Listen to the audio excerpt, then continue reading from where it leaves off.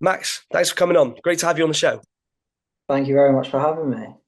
Firstly, I just want to talk about you, a little bit about you. Tell me your journey through sports media so far. So I have recently finished my first year at uni. I go to Solent University in Southampton. And to be honest, before coming here, I haven't really had any experience in this field. But since joining the uni, I have been able to get a lot of experience, hands-on experience at football clubs, which is what I kind of wanted to do when I went to uni. I wanted to get more experience because I feel like that's the sort of thing you need to do when going into the field that we're in at the moment.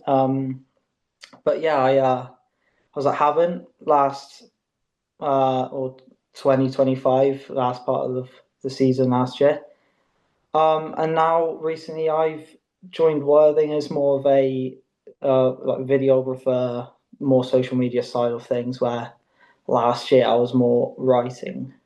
As you just mentioned there, with your role with Worthing next year, is that is that just videography, film based? Can you tell us a bit more about the role? What is your sort of not day to day, but week to week? So I have been in contact with Jude, who is the new head of media at Worthing. He's only just been there for about a month or two. Um, and basically, the main role and idea is that I'll just be pitch side every home game, and then as many away games as is permitted. And I'll just be recording basically as many clips as possible, and just trying to get as much content as possible that I can put out on the Worthing socials, and hopefully grow it as much as possible. Fantastic. I also understand that you're an avid Torquay United fan. And either Sadly, that, obviously, because when we were younger, you'd be walking around with the Torquay tops and everything, and everybody asked you, why are you a Torquay fan? Why are you a Torquay fan? Can you tell us, the ups and downs of being a Torquay United fan? The journey you've had following that team through the national leagues. Tell me all about it. well, the reason why I am a Torquay fan is mainly just due to my dad. He's been a Torquay fan, come from the area, so sadly I've been adopted as a Torquay fan in some ways, but no, it's a great club. It's especially with the last, I don't know, year or two, with the ongoings with like administration and all that. The whole community has really come together, and it's just a really positive feeling at the club now. Where beforehand, the relegation 2 or 3 seasons ago, this is our third year in National League South. So yeah, um, very negative feeling at the club then. Not really sure where the direction was at the club, but now it's all positive. But yeah, I've just been Torquay fan for, well, yeah, all my life, as you said. First win as a Torquay fan that I was at the ground was away at Portsmouth, League Two. So not bad, not bad way to start. But yeah, ever since I've been properly going, we've been in non-league, which I don't mind. I do quite like non-league, especially the National League being still going across the UK or England. But recently gone into regional football, and again, it's a nice league to be in. It's all really community based in these the National League South. So no, it's good. It's good.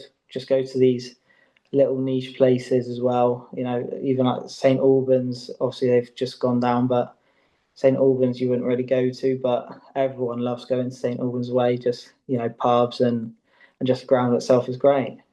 What would you say the best ground you've been to, apart from St Albans, because I know you like that, the best ground you've been to throughout the years, through where that's League Two, National League South, whatever? Is this following Torquay? Yes, Obviously, Portsmouth would be up there. of course. Um, I've not really been to many like big grounds, as you would say, with Torquay, but there's a lot of smaller grounds which there's a good feeling about. There's Hampton and Richmond. Not many people say that, but I really enjoyed it when Great I went place. down Great there. place. Yeah, the food there top, and then yeah, it's just nice little ground. It's just got everything you need. it's great. But also I'm a massive fan of Arbor Park, Slough Town. I was going That's to say Slough is a hell of a ground. Slough's a hell of a ground. yeah, the like main stand there with the clubhouse is that's really good there. Yeah, I was quite surprised when I walked in there last season. I think it was a winter night, and I mean it's freezing, and you get up there and you see that, and how exciting is that to see like a big like pub and food place. It's really good facilities, I thought. And going back to Hampton and Richmond as well, I went there just before Christmas for Western, and I mean it was so exciting. I mean, like they had the like Christmas market up in the ground, and I thought it was really good. So yeah, Hampton and Richmond is a really good shout. Moving back to your sort of career in media. So for you, where do you want this to lead? What is your main goal? Ultimately, I'm not 100% sure about it. Hmm, It would be great if I could just stay in club media at football. Maybe climbing the leagues, but also, if because I've obviously just joined Worthing, it'll be good to get a good few years at Worthing, create like a good name for myself there. absolutely. That'll be really good. Because well, yeah, I'm here for another 3 years at uni, so I could potentially, for those 3 years, stay there and then hopefully just see what happens after that. So, moving on to today's sort of agenda of topics, I think it's only right that we start with the Enterprise National League. The National League has a new sponsor. They've parted ways with Vanarama after 11 years of partnership. Throughout the tenure, it's fair to say that the National Leagues have grown immensely. And the team over at Vanarama do have a lot to be proud of. I love the orange and black. I think it was perfect. I think it really, I don't know. I suppose I can't imagine the National Leagues without the orange and black of Vanarama. But an end of an era does signal the beginning of a new one. Enterprise Rent a Car has recently been announced as a new sponsor for the National Leagues. Max, any thoughts on this one? Um, I have always known the National League, North South and the main National League to be Vanarama. So it's sad to see that such a like a staple of the league just uh, not be replaced, but sponsorship's gone. But obviously, at the end of the day, enterprise come in, and there's not. I wouldn't say there wouldn't be too many changes to anything, on the pitch, off the pitch, too much. But no, it's always been a staple, the Vanarama National League. I think I'm just going to keep calling it Vanarama National League. I think a lot of people don't even call it the National League. Sometimes I just say the Vanarama. So I mean, Yeah, it's going to be a change. I I don't like the green. I don't. It doesn't look natural, really. But I'm sure it'll grow on me, and it'll just be one of those things that you don't even really think about and notice. But obviously, it's something to talk about, isn't it? When it does happen. But yeah, no, the Vanarama National League. I was gutted when that come out saying it was going to be any different, but I'm sure Enterprise will come in and they'll be just fine. It will grow on me. I think yeah. it will It with everybody. Do you felt know what I like mean? felt like I lost a family member. Well, there you go, isn't it? So yeah, there you go. Right. Now let's move on to the somewhat elephant in the room here, right? Andy Carroll. What's going on? Former Liverpool and Newcastle Premier League striker who was once at the top of his game is now going to be playing his football in the sixth tier of English football with Dagenham and Redbridge. What's your thoughts on that, Max? It's it's a bit of a funny one because I feel like all summer he's been linked with Chelmsford City. Right. I thought that was a bit of a funny little gimmick that or new takeover. He would just come in because he announced that he was leaving Bordeaux, or it was known that he was moving Bordeaux, going Yeah. back to Essex where he lives. But no, it was a bit of a random occurrence because the video just dropped. I think it was like 9 p.m., 8 p.m. at night, and it was a mix of the kit reveal as well. Yeah. So So it random. saw the kit first, and then we just saw Andy Carroll in it, and it was a bit like, Yeah. what? Yeah. It To be it was fair, very funny. you know more than me about that because I didn't even hear that he was linked with Chelmsford. I didn't even know that was a thing. So I mean, when that come up, I thought it was a joke. I saw it on Instagram. Firstly, I thought it was just a joke because I mean, thinking of Andy Carroll. I mean, when we were younger, he wasn't exactly prolific. He's had funny old journey, hasn't he, Mr. Carroll? Obviously, growing up in Gateshead, he became Newcastle's senior front man, number 9. He made 134 senior appearances for the Magpies. In 2011, Carroll secured his big move to the Prem Giants Liverpool for a British record fee of £35 million. That doesn't seem a lot now, but back then that was crazy money, I'm sure. Uh, I mean, as we know, it's no secret it didn't really work out for him there. Injury ridden. I mean, I suppose that's the same old story throughout his career. Injury plagued and inconsistency and confidence levels. But I always thought he was quite a trusty number 9. He was quite a James Milner of the striker sort of area. What did you think of Andy Carroll growing up? I haven't actually watched Andy Carroll too much throughout my childhood, but I always remember that overhead kick for West Ham against, I think Yeah, it was Crystal Palace, yeah, and that wasn't, that long ago. It would have been what, maybe 5 years ago, maybe 6 years yeah. I ago. think I think he left West Ham in 2019 or something like that. And I mean, to go from scoring that type of goal in the Premier League to now go into regional football, playing at like Tottenham and Horsham and all that, is no, it's quite good for the league, to be honest, because obviously when there's a name like Andy Carroll going to these teams or going to these places, people might say, "Oh, should we just go down and watch it and play?" And Yeah, obviously that brings in gate receipts. yeah. I think it's great for the league. Absolutely, really great, and particularly for Dagenham and Redbridge. I mean, if you want to talk about shirt sales and revenue that they bring in just by having a name like Andy Carroll, but I believe he's got a sort of ownership deal as well, doesn't Yeah, he? Doesn't he have some sort of stake? Do you know anything about that? yeah. I think he's obviously they've got new owners recently over the summer, and I think he's got a minority share in the club now, which, well, yeah, he's got a 3-year contract as well as a sort of player, which will take him up to 40 years old, which is maybe you could say a bit of a risk from Dagenham, but obviously with that he'll be obviously the ownership side of things to it, so I'm sure he's not going to be going anywhere for Yeah. Dagenham. And I suppose it goes back to the old saying when they say it's hard to teach old dogs new tricks, right? So it'll be funny to see what he actually can do. It can go one of two ways. He could come in and he could just light the league on fire, and Dagenham could win the league by 20 points or something ridiculous. Or he could just be really, really, really average. And it could be a bit of a head scratcher as to sort of why is he still playing. But I suppose if you look at other players that do play in these types of leagues, 36 is old, but I mean, it's not as old as maybe it might be if you're a Premier League player. I think at this level, you do drop down levels, but I mean, going from in recent years, I mean, it's only like you said, only 5 years ago. He was 5 or 6 years ago. He's playing for West Ham in the Premier League, scoring overhead kicks and things like that. To now, he's playing in 6th tier football, and he's gone from Championship, didn't he? I think it was Championship. He was with West Brom and Reading. He had some spells there, and then when he went to France, it was more if he just wanted to play, wasn't it? There was something that come out saying that he was kind of losing money by playing there because obviously Bordeaux had their financial issues as well, but he was over there playing just for the love of it, and I think that's great.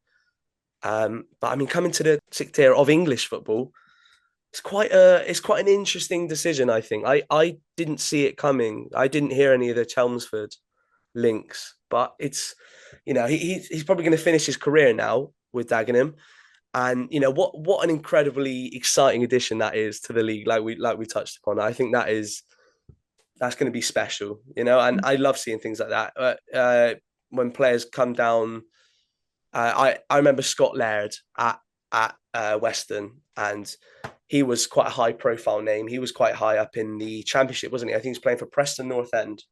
And Scott Laird came in and he was a sort of player manager. He was sort of assistant manager to Scott Bartlett. And he was playing.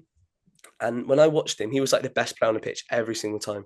Every single time. So it's nice when you get the old boys from the higher leagues. But I mean, if you're comparing Preston North End with Liverpool, I mean, Andy Carroll has played for Liverpool. He's not played very well for Liverpool, but he's played for Liverpool, and now he's playing for Dagenham. It's just, I mean, that was a weird one. That was a weird one for me, but yeah, very interesting. Anything else on that one? Not really. It'll be interesting to see how many games he does actually play, Yeah, a season, because obviously, with his age, artificial pitches maybe could be an issue for him, Yeah, and yeah, also just with his injury record beforehand as well, just see if he can stay as injury free as possible. yeah. It'd be interesting because obviously, and as well, I mean, if the physios and the doctors can't quite get him right at Liverpool and Newcastle, then I'm not sure what they're going to do for him at Dagenham and Redbridge. Do you know what I mean?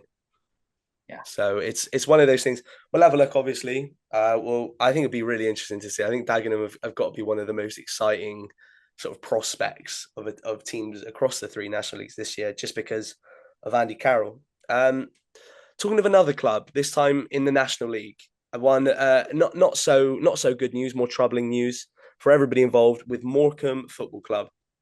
Now, last week, the National League announced that Morecambe had been suspended from the National League with immediate effect over a failure to comply with financial aspects.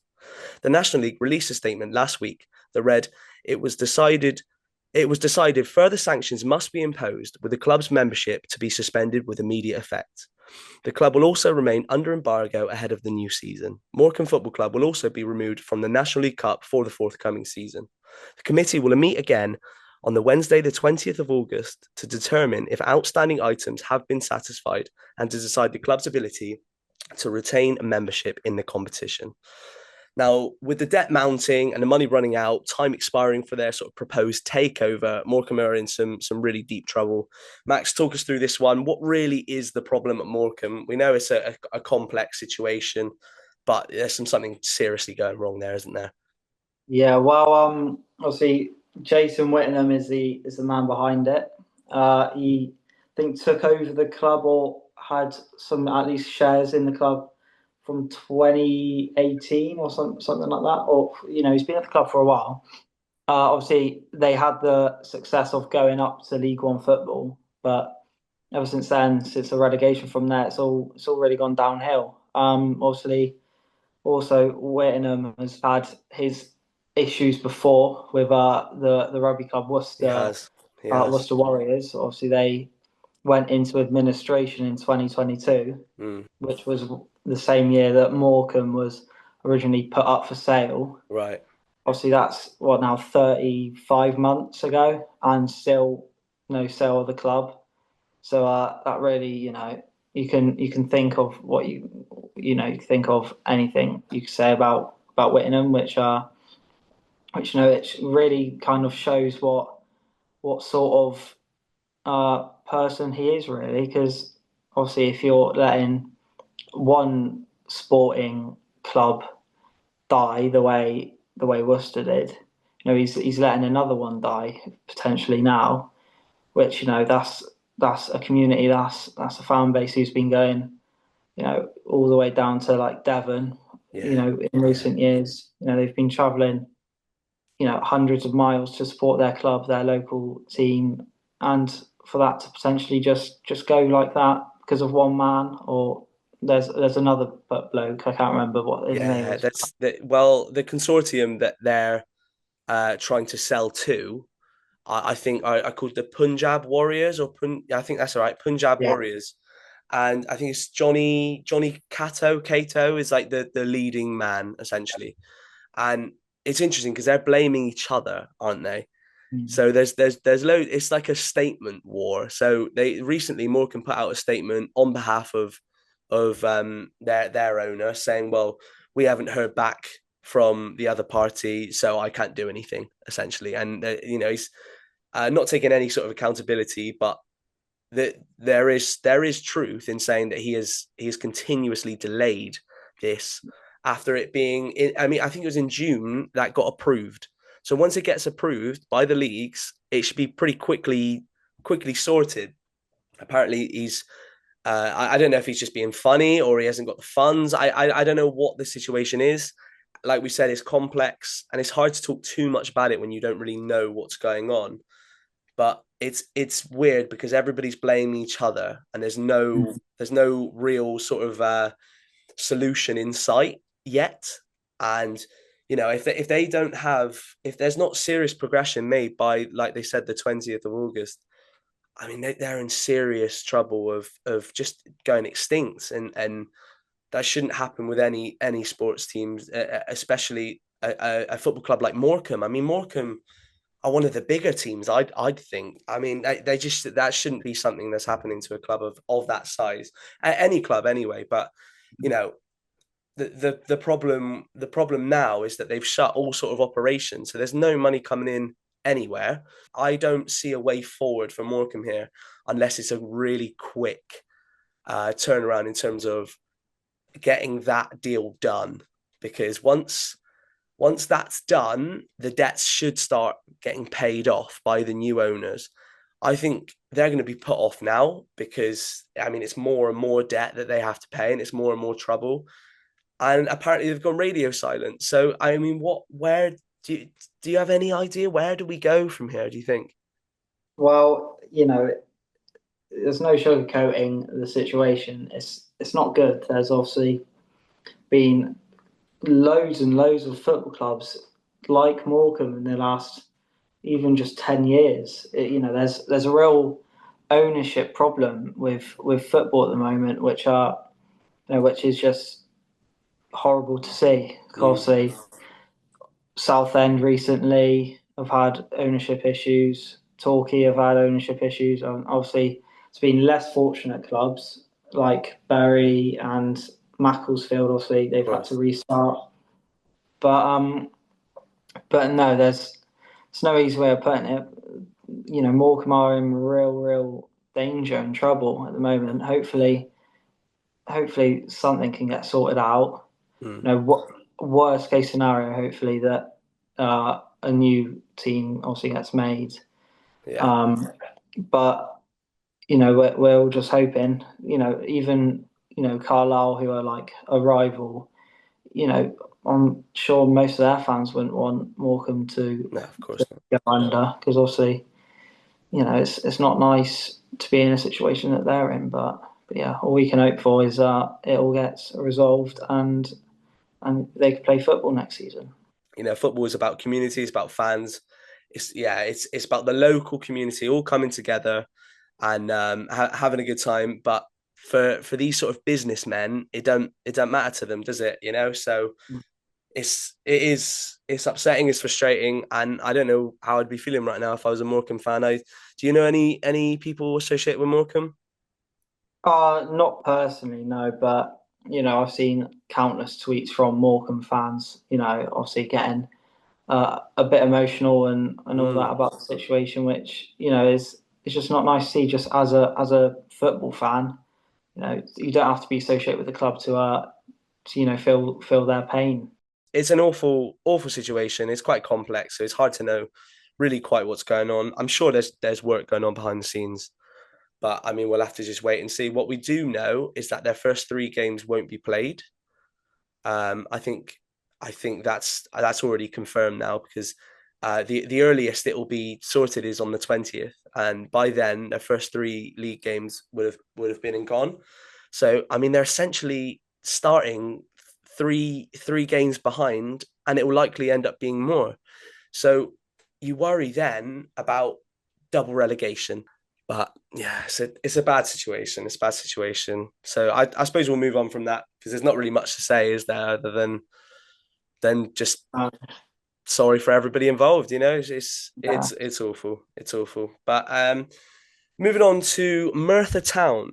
Now that is a very interesting situation that's happened there. Recently, they've rejected a proposal from the FAW, the Football Association of Wales, to join a restructured Welsh Premier League, Wales's top flight league. After being promoted into the National League North just a few months ago, the Welsh natives will, in fact, be a part of the National League North for the 2025-2026 season. Max, tell us your thoughts on this. What's the reasoning behind the decision, would you say? Well, firstly, I think the Welsh FA offered, I think it was 6 million for Merthyr to join the Welsh leagues, which obviously you would say that's a lot of money for a part-time club. That's a lot of money, but in the grand scheme of things, the Welsh leagues aren't really, it's not really well supported. There's not many. I'm not sure if there's even a team apart from maybe New Saints Mm, that over 1,000 a week Yeah. or a game, which obviously in the National League North you've got so many, big teams, large attendances, and I just think as a club you want to be playing in front of as many people, or as a player you want to be playing in front of as many people. You want to be in a competitive scenario, which I feel like if Merthyr did join the Welsh League, maybe it wouldn't be as competitive for them as potentially staying in the English leagues, which I think the decision that they did, come through with is the right decision for the club and for the players. Yeah, I agree. And I think they put it to a fan vote, didn't they? They put it to, Yeah, I I'm think they pretty put sure. it to a fan vote, which I love. I mean, you wouldn't get that at the big teams, would you? You'd never get that at Man City or Arsenal or Liverpool. You wouldn't get them asking the fans what they think. So the idea of a team at this sort of level really valuing what the fans have to say, I very much like that. And yeah, I agree with you. I think they made the right decision. I mean, if you compare the eyes on the Welsh Premier League versus even the sixth tier of English football, it's not even really comparable. Anyone who's not from Wales doesn't really watch the Welsh Premier League. I mean, they can revamp it all they want, but it's not a very. I don't see why it would be an appealing opportunity for Merthyr anyway. Yeah. So I mean, yeah, and I'm glad they put it to the fans. I think as well, it's an irreversible decision, isn't it? If they go there and they start to lose lots of money and they go, oh gosh, we've made the wrong decision here, they're not going to be just allowed to rejoin into the north, are they? So they'd have to start from the bottom, and again, it makes Mm. for me it makes no sense why they would want to do this even at all, just at all. So it'll be interesting to see how they do this year. And sort of linking on to that, we're going to move on to some sort of predictions for the season, because obviously this is a sort of start of the season special, right? And we want to talk about the sort of predictions and hopes for this next season across the three divisions. Max, what have you got for us?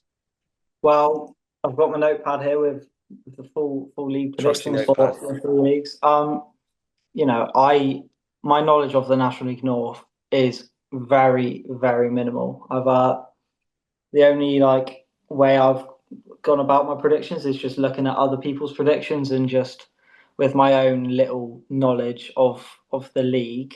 I've come up with my predictions. I'm not sure, I'm pretty sure there'll be few people who won't be happy with what I say, but Then they can come on and tell us any different. Then that's what they can do. exactly. But the four teams that I've got going down from bottom up to 21st, I've got Bedford coming bottom. Right. Again, I think they're a step three team just been promoted. Yeah. Again, if I'm honest, don't know anything Yeah. about Bedford. Yeah. Yeah. I've seen a lot of people say Southport going Mm. down. So I've got them in 23rd. I've got Telford in 22nd, which I know they've got quite a good fan base at Telford. So, maybe that might come into things. It's a decent Might little ground for that level as well. Actually, have you been to Telford? I've never been there. It's all right. It's a tidy little ground. I'm always quite excited when you go to an even lower division team and they have quite good facilities. But yeah, no, Telford are I think they're a bigger club than people might think. To be fair, Definitely. And the last team I've got going down is Worksop. Again, workshop. don't know a lot. I think they've just come up as well. Obviously Telford have as well. Mm. So I've put three of the four teams that have come up, or three of the five, sorry, I should say, Right. teams that come up going down. Um, I've got Peterborough Sports just surviving. Yeah. Yeah, I know they've brought in a few good players. I know they've brought in that Josh Cavallo guy. Yes. Who was the He was quite Australian sought full. after, wasn't he? Yeah, I mean, I think that has to be the most random transfer Yeah. of the summer. Going from Adelaide United I think it's Adelaide United in Australia, to then Peterborough Sports in the National League North. That is very random. Even geographically, like if you decided to move from Adelaide to Peterborough, I mean Yeah, that is quite a decision to make. To uproot yeah, your life to go to Peterborough is quite a decision. So I mean, you got to think they must have shown him a real project. yeah. Yeah. I've got them surviving, so maybe there is something there. Got Scarborough just coming above them. Again, bit of a guess. Oxford City above them. I think they didn't have a great season last year. I can't remember the table to be honest from last year, but I remember them being down there the whole time really. So I've got them 18th again. Let us know if I'm just completely wrong. But Yeah, absolutely. yeah. But then I've got Leamington above them with Merthyr in 16th. I think Merthyr, them and Tottenham last year in the Southern League. Yeah, They both. I think Tottenham only lost 4 games. I think Merthyr lost maybe 3. yeah. So So, there's clearly something very crazy. they've also brought in their winger. I can't remember. Is it Lewis Twamley or something like that from who went to Yeovil last year? Okay, But not okay, yeah, worked out at Yeovil, and he's rejoined the club, and he's a very exciting player. He's going to do well in the north. But above them, I've got Marine, Alfreton, and Darlington in the bottom half. Again, I'm not too sure about it. Then starting the top half, I've got Buxton, South Shields, and Spennymoor. Obviously, Spennymoor last year got to the FA Trophy final, I believe. they did. Obviously, losing to Aldershot, but I don't think they did that well last year in the league. But maybe the momentum with the cup Yeah, and they seem to prioritize the cup. That's how saw people saying on Twitter anyway. yeah, maybe. Well, I've got them down as doing well in the league this year. And then just outside the playoffs, I have put Kings Lynn and Curzon Ashton. I was a bit surprised how well Curzon Ashton did last year. They were, really up there for top spot, second spot Yeah, during the first part of the season or even the middle part of the season, and then slowly faded away. But again, I think they've got a good foundation at the club, is well run, so they're going to be up there. Obviously, either of them could easily sneak into the playoffs. Now, the playoffs in seventh, I have got Radcliffe, which obviously they last year uh, were down near the bottom of the leagues, but they survived, or bottom of the league, but they survived. I've heard a lot of people, or seen a lot of people put them quite high with their predictions. right. They've brought in a few ex EFL players, which obviously they are a bit more on the older side, but with their experience, people obviously have rated them highly. So so that's what I've done. Now in sixth, I've got Macclesfield. They're a side who obviously have lost their manager or head coach Robbie Yeah, Savage to Forest Green, which interesting move. good move for him. I'm not too sure if that's a good move for FGR.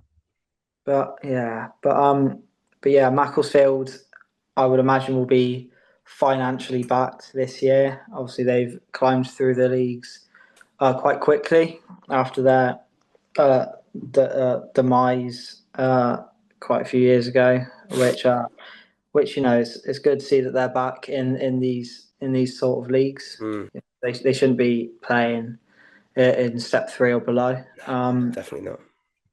But yeah, they've got quality already, and then with the ownership, you would imagine that they'll be ambitious for this season. Fifth, I've got Chorley. Um, Not too sure about them, if I'm honest. Obviously, I think, did they get third last year? Or, I believe so. I believe so. or that, yeah, definitely know that they were in the playoffs last year. They had Mark Ellis who scored, I think, at least got into double digits as a centre half. Mm. which Did he make a move this season, this year? I'm not too sure. If he has, then that's my fault or my bad.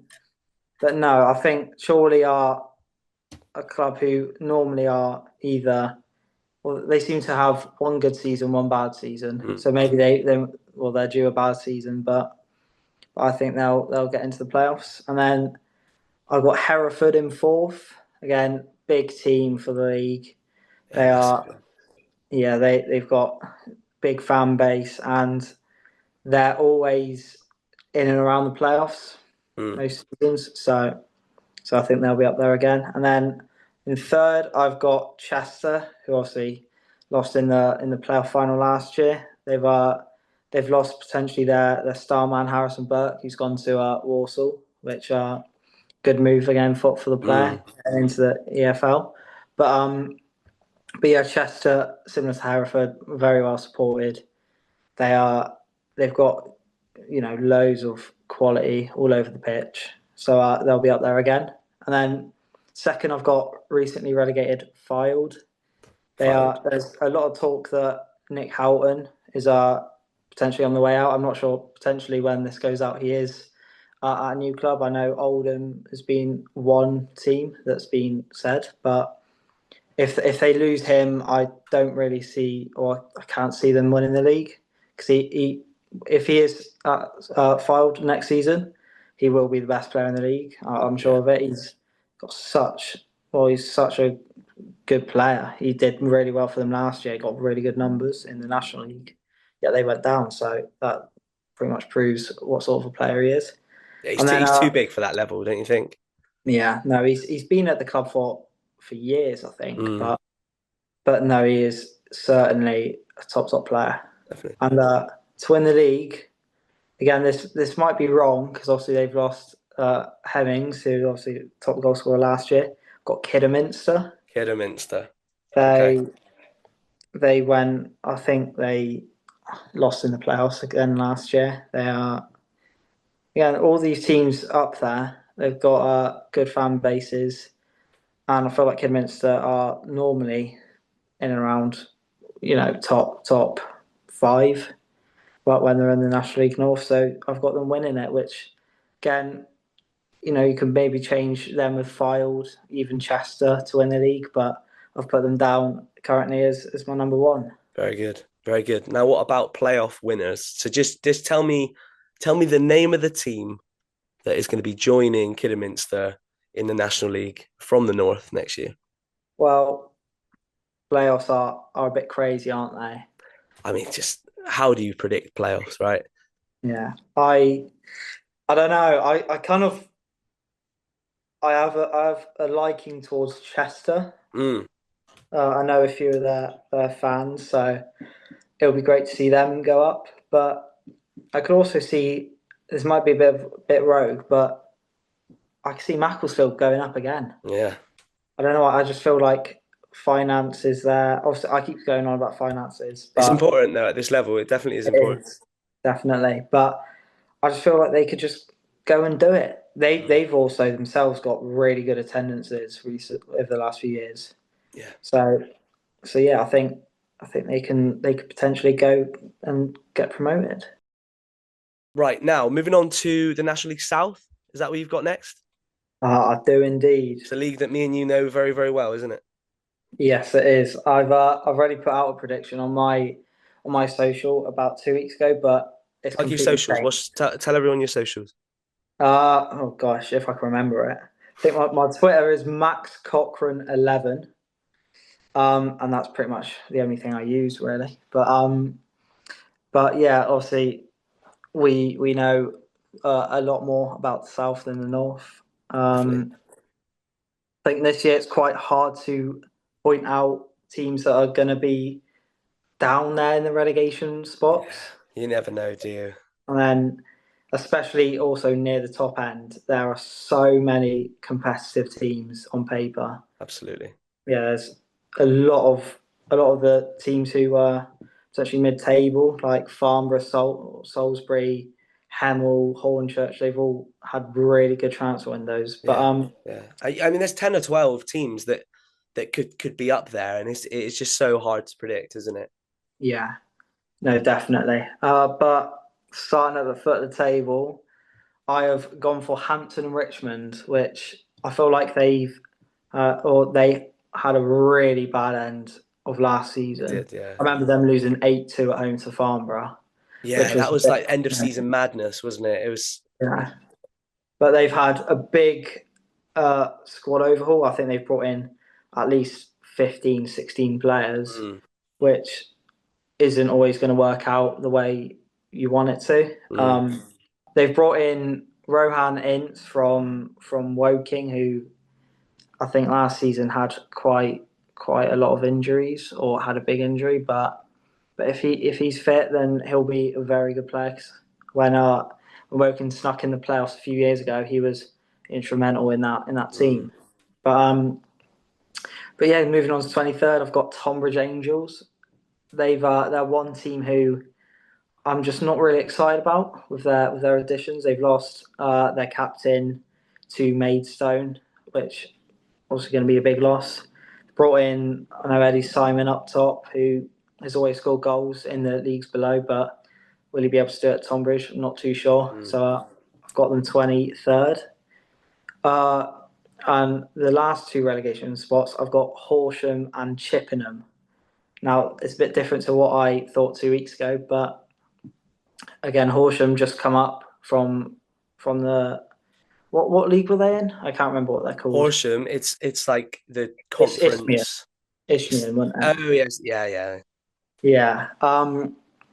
They they're a team who I'm not too familiar on. I don't think they've brought in many players. I think they brought in Reese Murphy from Dorking, who good player at the level, but have they got enough quality? Maybe, maybe not. So I've got them just about going down. Mm, And then Chippenham's an interesting one. They've always seemed to just get through. They've always been a team that people predict to potentially go down, yeah, but they survive most years. But I just feel like this could be the year that they just go down. yeah. They're sort of just.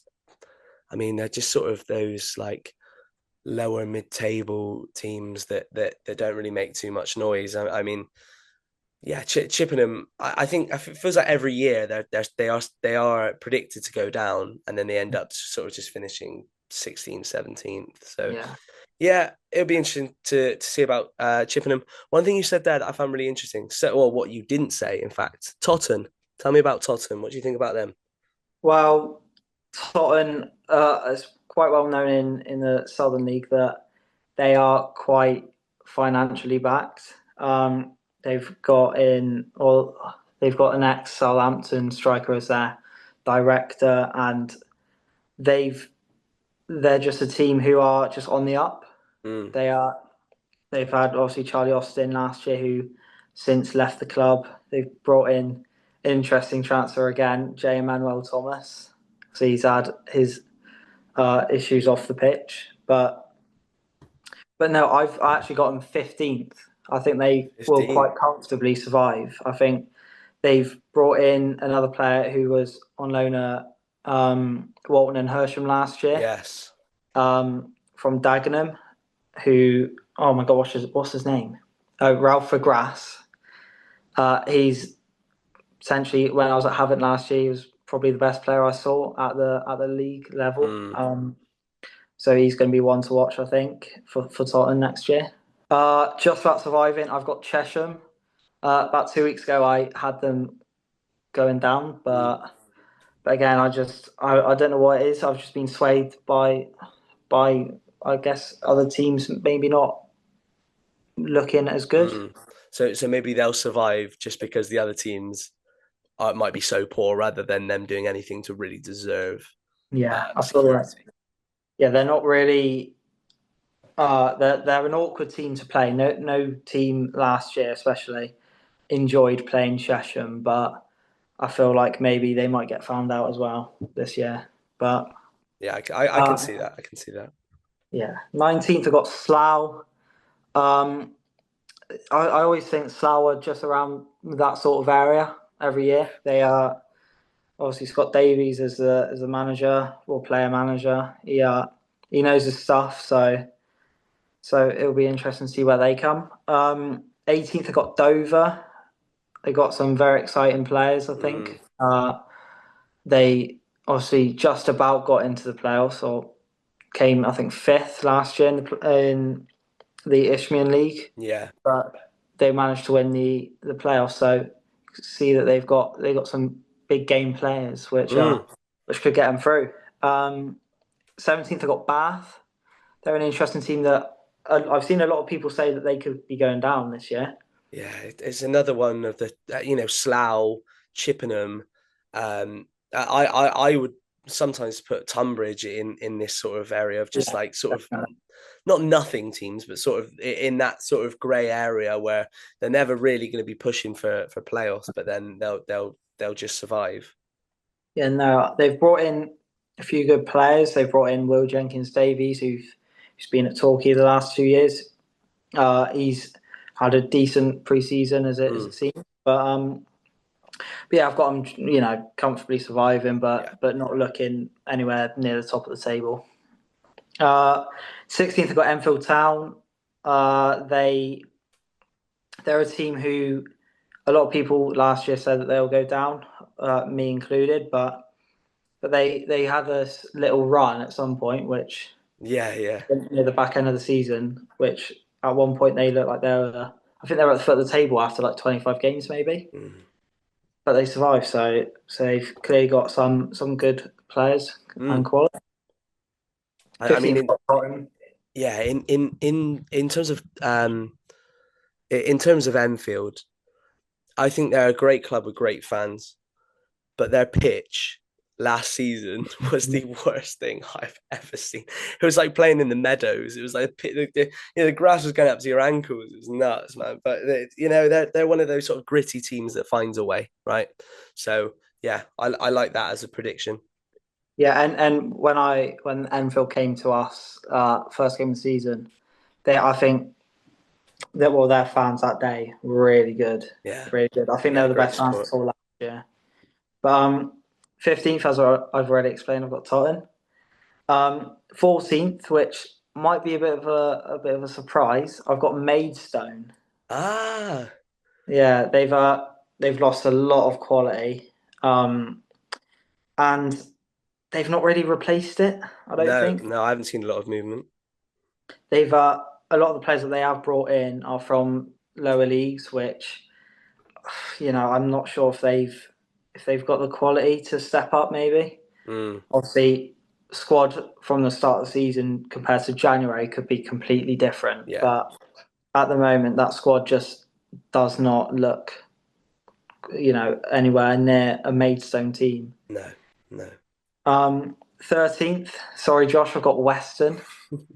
Again, they did very well last year to come just outside of the playoffs, but obviously Luke Coulston, really good player. He always gets good numbers at this level. They've brought, correct me if I'm wrong, you've brought in quite a few youngsters or Yes, there's younger quite players. a young core that's been brought in, definitely. Seen Dan Martin also from Yeah, Dan Welling. Martin coming back. I, Yeah, I do really rate Dan Martin as a player, but again, I feel like they'll slightly fall off. But again, not be worried at all about potentially going down. no, I mean in terms of our season last year, I mean there was a time where I think we're 17 games unbeaten in all comps, Yeah, and that was crazy because I don't think anybody really had Western up there last no, year. not at all. Compared to a lot of the teams in the league, Western are quite a small club. I think that's fair to say compared to some of the big boys, Torquay, um, Dagenham and Redbridge. They some of the big teams, Western don't necessarily compete in that perspective. But I thought last year with the players that we had, I mean, I thought we did really, really well. It was a shame because we did fall off a little bit come the end of the season, and we only missed out. I think it's 1 point, 1 or 2 points we missed out on the playoffs. And I thought it was a great effort anyway with the cup run as well, getting to the first round of the cup and taking Rovers to extra time. I thought Western had a pretty good season last year, but yeah, no, it's hard to predict this year because all the new boys who've come in, you don't I'm sure they'll be fine, but you don't know how much of an impact they're going to have, right? So it is. I mean, just like any team in this league, it's hard to predict, isn't it? Yeah, no, definitely. Brought in Louis Britton, is that right as Louis well? Britton from Manor Farm. He came at the end of last season.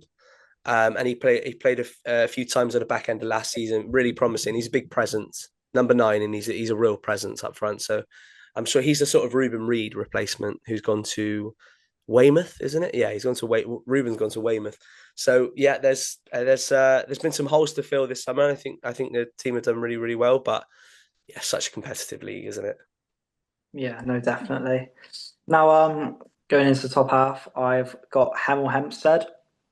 They're a team which some people might say that they could be a bit higher up. They've brought again similar to Hampton Richmond, but in a different way. They've got in a lot of new players, Mm. but I feel like the players that they have brought in are more proven. They are old Havant player Devante Stanley. Yep. He's come in. He's really good fullback, who I'm sure will do well at Hemel.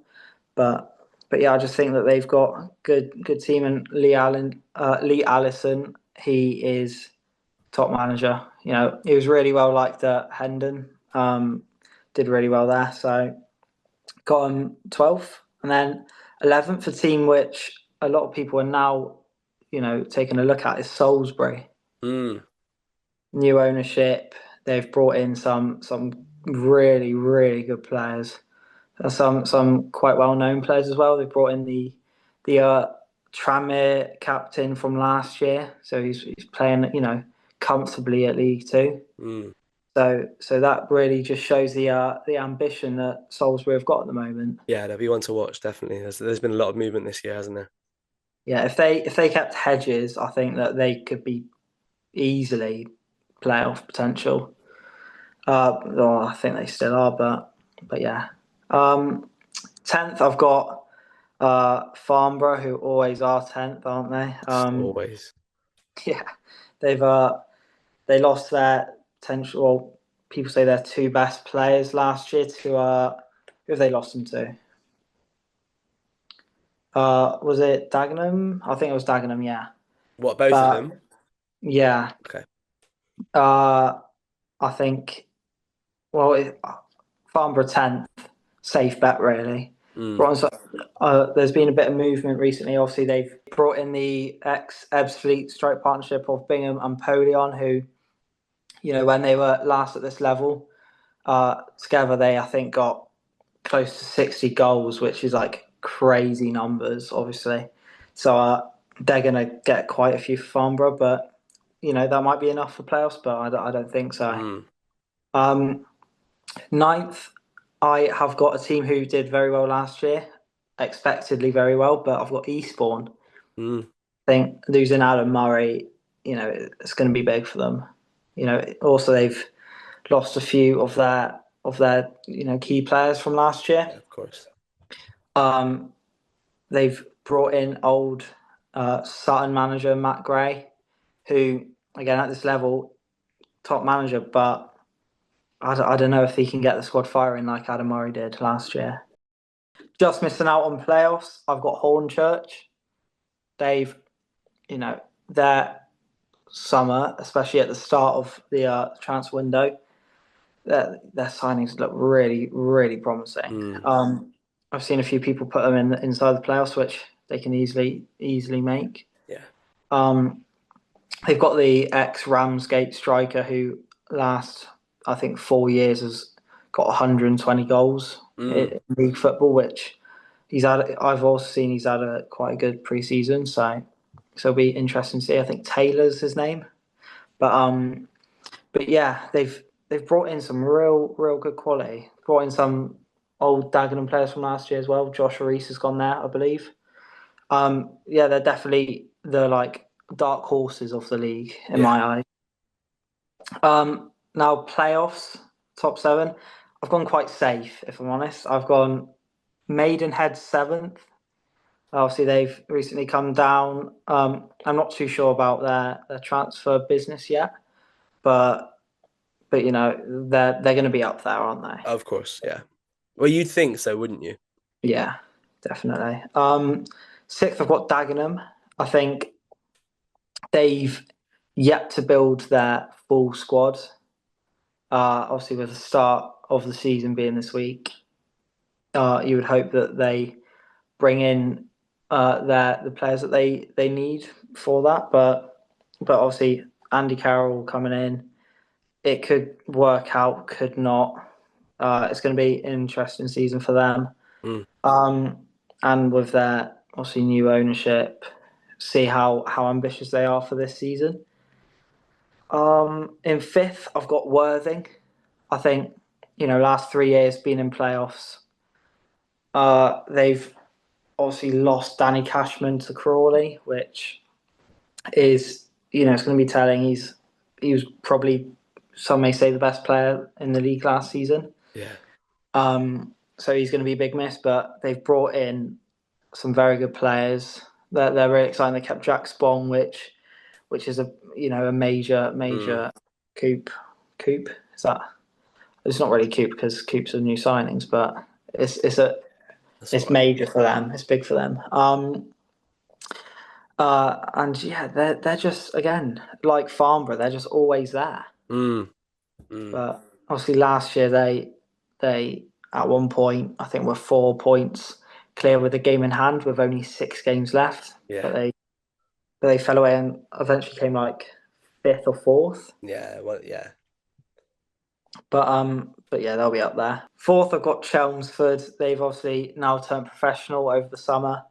Uh, I'm pretty sure they've only kept like maybe 2 players from last year. So it's going to be a completely new look, Chelmsford. But the players that they have brought in are very, very good players. They brought in is it Odesanya from Eastbourne last year, who's now been named captain. Brought in old Torquay Tom Lapsley, who everyone at Torquay loved him for his work rate and just as a player, he's a fan's favourite. Mm.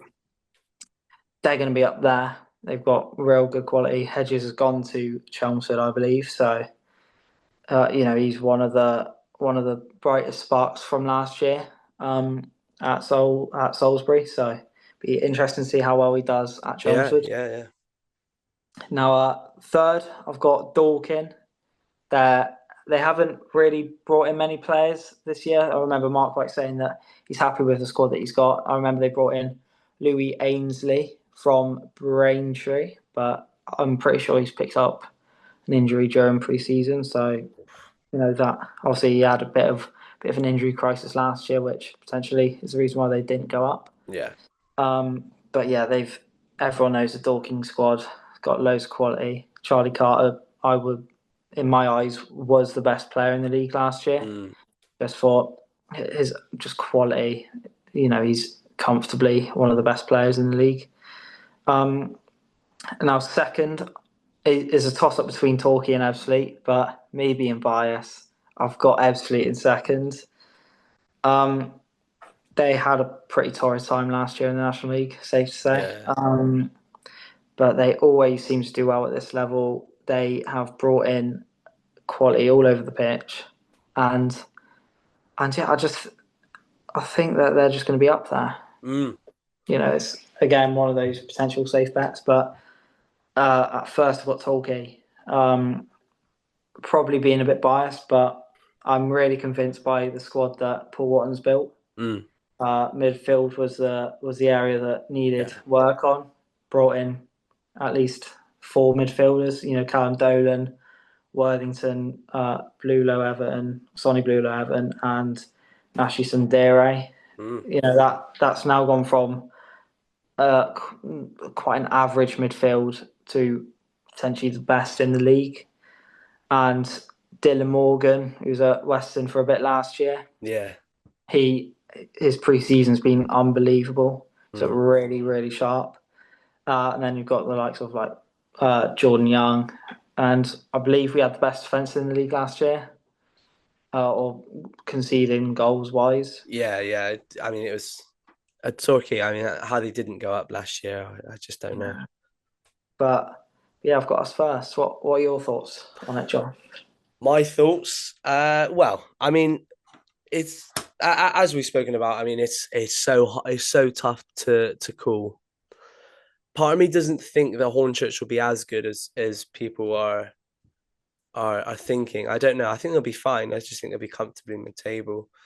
I agree with you about Maidstone. They don't look the team. They don't on paper. They don't look the team that they were. Um, I'd probably go Torquay first, Dorking second. And I think those two will go up. I don't think any of the teams that have come down will go straight back up, which is not always typical. But I think it will be. It's just such a competitive league, you know. And I mean, dropping down into the south, it's got to be really tough, really tough. Yeah. So I think it's a great season. Gonna be a great season. And if it's anything like last season, where you know we had one game to go and was it four teams could still win the league? You know, if it's anything like that, then we're in for a treat, definitely. No. Well, now moving on to the National League, I suppose. Um, Again, it's not easy to tell what team's going to be like in the league next year. But 24th, I have got Morecambe, obviously with their issues at the moment. I'm not too sure what the season's going to really look like for them, but hopefully they manage to at least play this year. Yeah, But I don't think that I don't think they've got much chance, if I'm honest. Other three teams going down. I've got Braintree, Wealdstone, and Truro. Bit yeah, reluctant about Truro, but Cabia going to Grimsby, massive loss for them. Um, and watching Braintree, obviously it's only pre-season, but watching Braintree at Worthing recently, I don't think that they're going to be that great. Also, you got Big John Akinde up top, but yeah, they're just not really convincing me at the moment. Wealdstone, they've had an interesting summer. They've brought in, I remember, Saka-san, who's impressed at hashtag. Uh, they've also got Sam Cox in as their gaffer now again. But yeah, it's Wealdstone are a weird team. I feel like they're just gonna struggle. yeah. But They're always yeah, yeah. I don't have anything to add to that. To be fair, I think spot on. yeah, just about surviving. I've got Brackley just come up. Finally, they've just come up. They've been in and around playoffs like the last 5 years, I Yeah, think. yeah, But yeah, they won the league last year, National League North, and I just think they're just going to survive. I've not got too much knowledge on them, mm. but I could just see them surviving. 19th. I didn't have them this low before, but pre-season's actually changed my mind a bit. Is Boreham Wood. I think Boreham Wood. At the start of the summer, I thought that Mm. uh, they would have a good season, but they've recently beat Dagenham in the last preseason friendly. But yeah, they've had a really poor preseason on paper, results wise. But I just don't see them going down. Uh, they've got Abdul Malik, who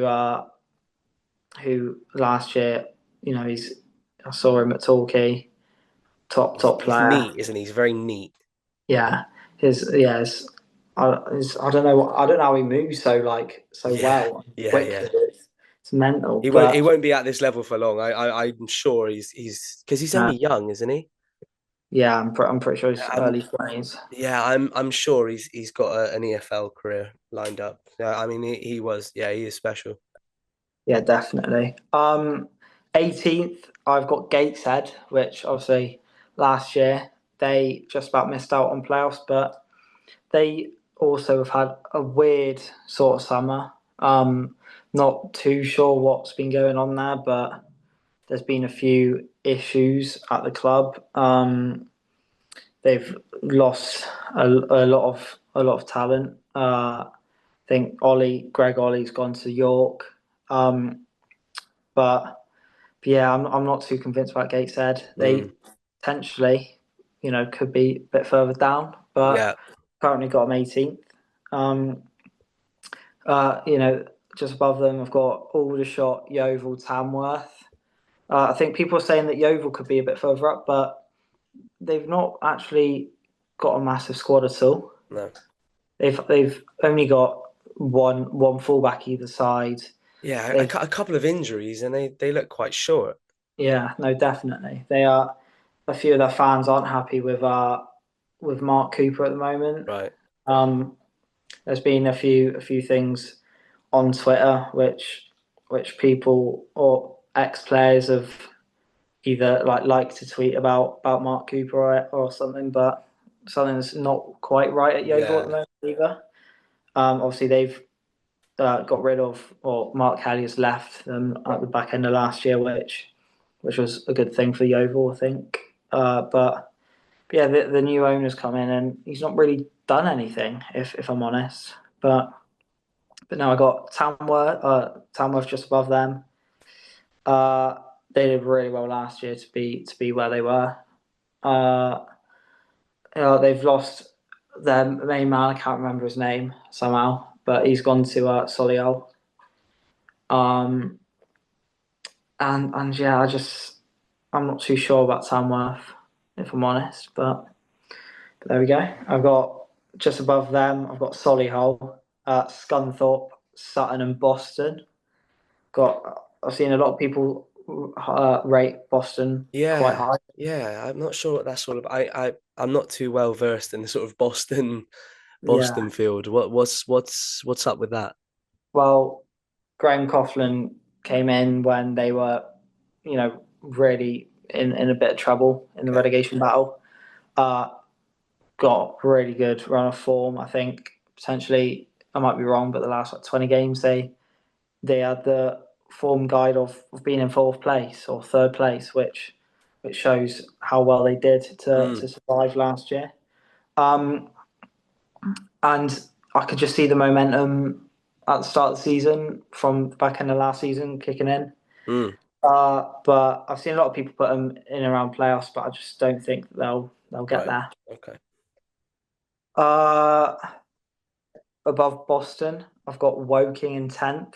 I think they were a bit underwhelming last year. They didn't really, well, they just had a bit of a nothing year the last few months, played for nothing, apart from the disappointing loss to Aldershot in the FA Trophy semi final. But they're a team who I'm expecting a lot better things from this season. They've had a few times where they've been near the playoffs or in the playoffs, but just don't get over the line. But yeah, it'll be interesting to see what they do really.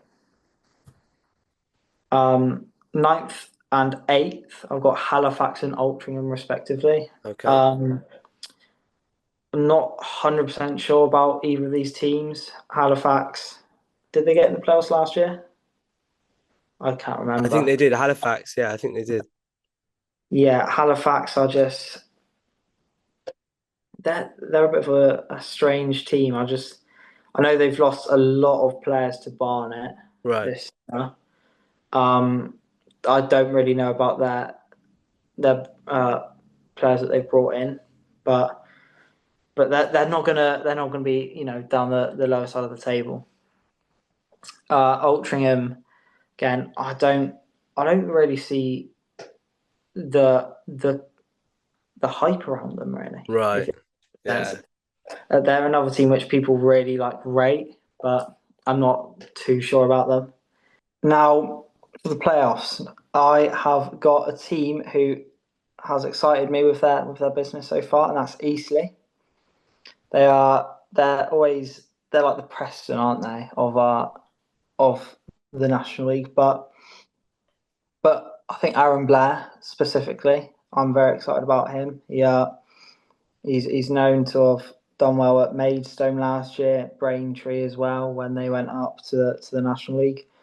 Uh, he's a defender's worst nightmare. He's Yeah. lightning fast. He would take on anyone basically who's in front of him. and he scores goals. He does. That's all you can ask for, especially at this level. They I brought just in. I just want to give a big shout out to Lloyd Humphreys, midfielder, Yeah, midfielder of Eastleigh. Very, very, very lovely man. He used to play for Western, and he would always offer me interviews and whatever I needed. So big shout out for Lloyd Humphreys. And yeah, no, I'd love to see him get into the playoffs. I find Eastleigh quite likable. yeah. No, they've also brought in Aaron Pierre from, I think it was at Shrewsbury, or he was at some point in his career. But he's quite old now. He's definitely in his 30s, but he's easily League Two level, I would say. Yeah. So that they're an interesting team to look out for. Sixth, I've got a team which it could go either way for them. It's Hartlepool. Yes. Okay. They are another club, just like some of the clubs that we've already talked about, who've had issues with their ownership. Yeah. I think Raj, is it Raj Singh? I think that was Sounds about. the Yeah, I think owner's so. name. Um, he he's not got on well with the fans there. He's not been a great owner. They've had troubles over the last maybe year or two, but they've had a slow start to the summer, but as it's gone on, their transfer business has looked pretty good. They're a team which I've seen a lot of people say that they could get into the playoffs, and that's why I've put them there, really. Very good. Um, Now, the top five, I think, are very close. Yeah. Maybe there's the team that I've got top, I think, should on paper be top. But fifth, I've got last year's playoff final losers, Southend. Um, Again, it's a bit of a mix and match for these positions, but obviously they've got quality. I can't really remember who they've brought in, if I'm honest, but um, Luke Chambers Perillion, I think his name is. Who I think he was at Slough last year.